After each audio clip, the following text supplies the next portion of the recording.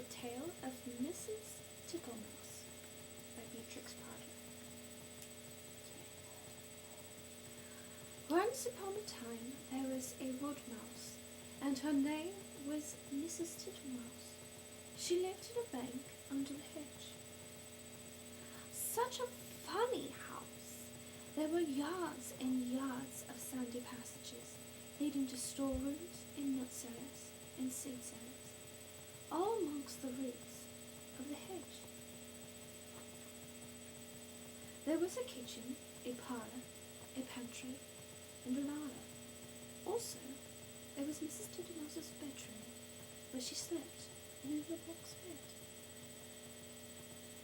Mrs. Tittlemouse was a most terribly untidy particular little mouse, always sweeping and dusting the soft sandy floors. Sometimes a beetle lost its way in the passages. "Shh, shh, shh, little dirty feet," said Mrs. Tittlemouse, clattering her dustpan. And one day a little old woman ran up and down in a red spotty cloak.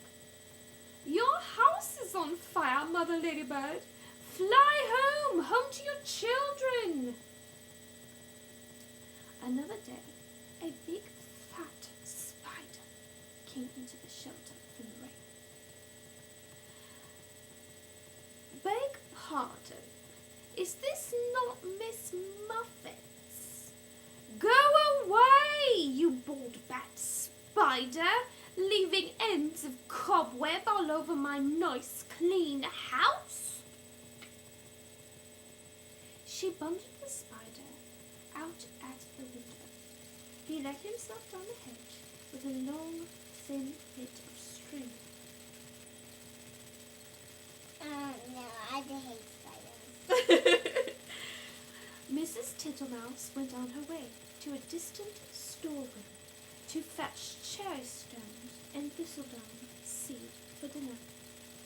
All along the passages she sniffed and looked at the floor. "I smell a smell of honey. Is it the cowslips outside in the hedge? I'm sure I can see the marks of little dirty feet." Suddenly, around a corner, she met Babbity Bumble.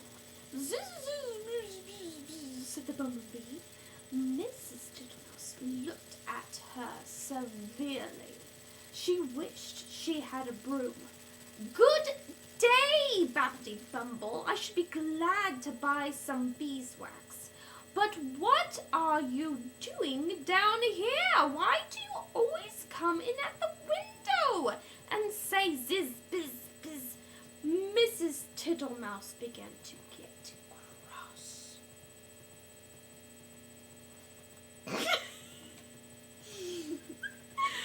"Zizz, whizz, whizz," replied Babbity Bumble in a peevish squeak.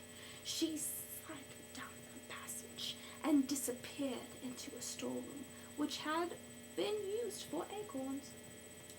Mrs. Tittlemouse had eaten the acorns before Christmas. The storeroom ought to have been empty, but it was full of untidy dry moss. Mrs. Tittlemouse began to pull the moss. 3 or 4 other bees put their heads out and buzzed fiercely. "I'm not in the habit of letting lodgings. This is an intrusion," said Mrs. Tittlemouse. "I will have them turned out. Buzz, buzz, buzz. I wonder who would help me. Buzz, buzz, buzz, buzz. I will not have Mr. Jackson. He never wipes his feet." Mrs. Tittlemouse decided to leave the bees till after dinner. When she got back to the parlour, she heard someone coughing in a fat voice, and there sat Mr. Jackson himself sitting all over a small rocking chair, twiddling his thumbs and smiling, with his feet on the fender. Oh, this. Okay. He lived in a drain below the hedge in a very dirty wet ditch. How do you do, Mr. Jackson? Dearie me, you have got very wet. Thank you, Mrs. Tittlemouse. I'll sit a while and dry myself, said Mr. Jackson. He sat and smiled, and water dripped off his coattails. Mrs. Tittlemouse went around with a mop. He sat such a while that he had to be asked if he would take some dinner. First she offered him cherry stones. Thank you, Mrs. Tittlemouse. No teeth, said Mr. Jackson. He opened his mouth most unnecessarily wide. He certainly had not a tooth in his head.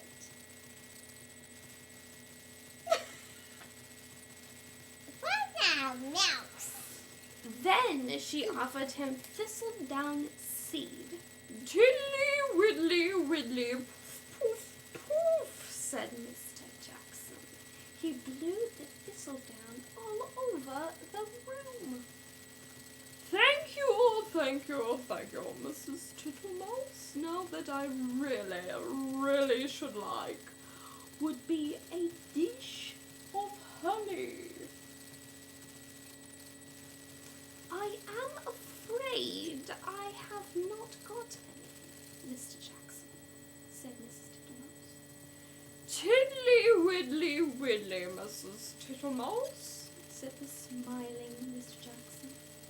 I can smell it. That is why I came to call. Mr. Jackson rose ponderously from the table and began to look into the cupboards. Mrs. Tittlemouse followed him with a dishcloth to wipe his large wet footmarks off the parlor floor. When he had convinced himself that there was no honey in the cupboards, he began to walk down the passage. Indeed, you will stick fast, Mr. Jackson. Tiddly, widdly, widdly, Mrs. Tittlemouse. First he squeezed into the pantry. Tiddly, widdly, widdly, no honey, Mrs. Tittlemouse. There were 3 creepy, crawly people hiding in the plate rack. 2 of them got away, but the littlest one, he got caught. What are those? Roly-polies. Then he squeezed into the larder.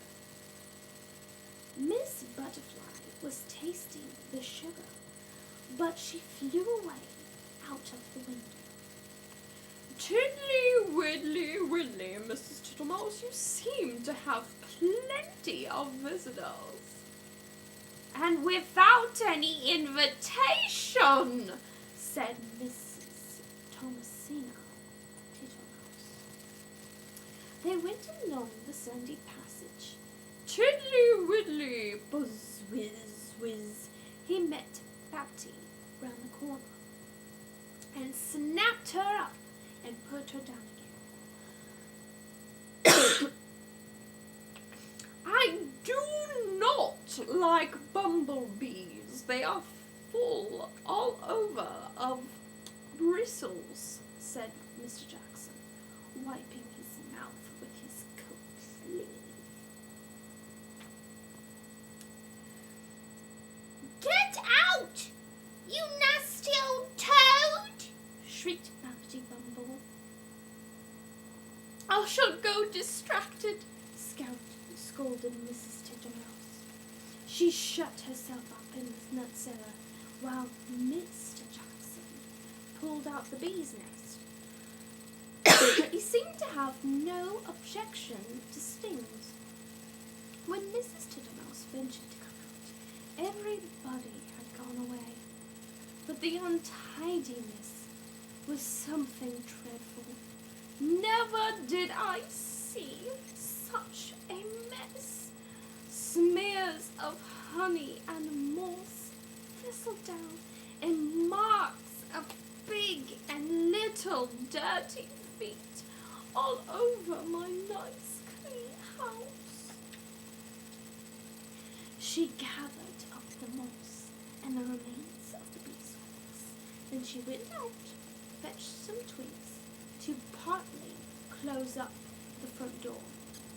I will make it too small for Mr. Jackson. She fetched soft soap and flannel and a new scrubbing brush from the store. But she was too tired to do any more. Before she fell asleep in her chair, and then she went to bed. Will it ever be tidy again? Said poor Mrs. Tittlemouse. Next morning she got up very early and began to do spring cleaning, which lasted a fortnight. She slept and scrubbed and dusted. She rubbed up the furniture with the beeswax and polished her little tin spoons. When it was all beautifully neat and clean, she gave a party to 5 other little mice without Mr. Jackson. He smelt the party and came up the bank, but he could not squeeze in that door. So they handed him out acorn cupfuls of honey through the window, and he was not at all offended. He sat outside in the sun and said, "Tiddly widdly widdly, your very good health, Mrs. Tittlemouse." The end. What do you think? Is it good?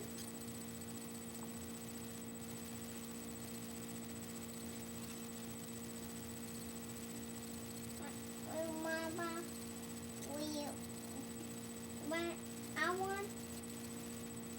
I want the next page. You wanted me to read more? Yeah. It's time for bed now. Okay? I want a squirrel one. We'll do squirrel tomorrow. Okay? No pout faces. Say bye. Bye.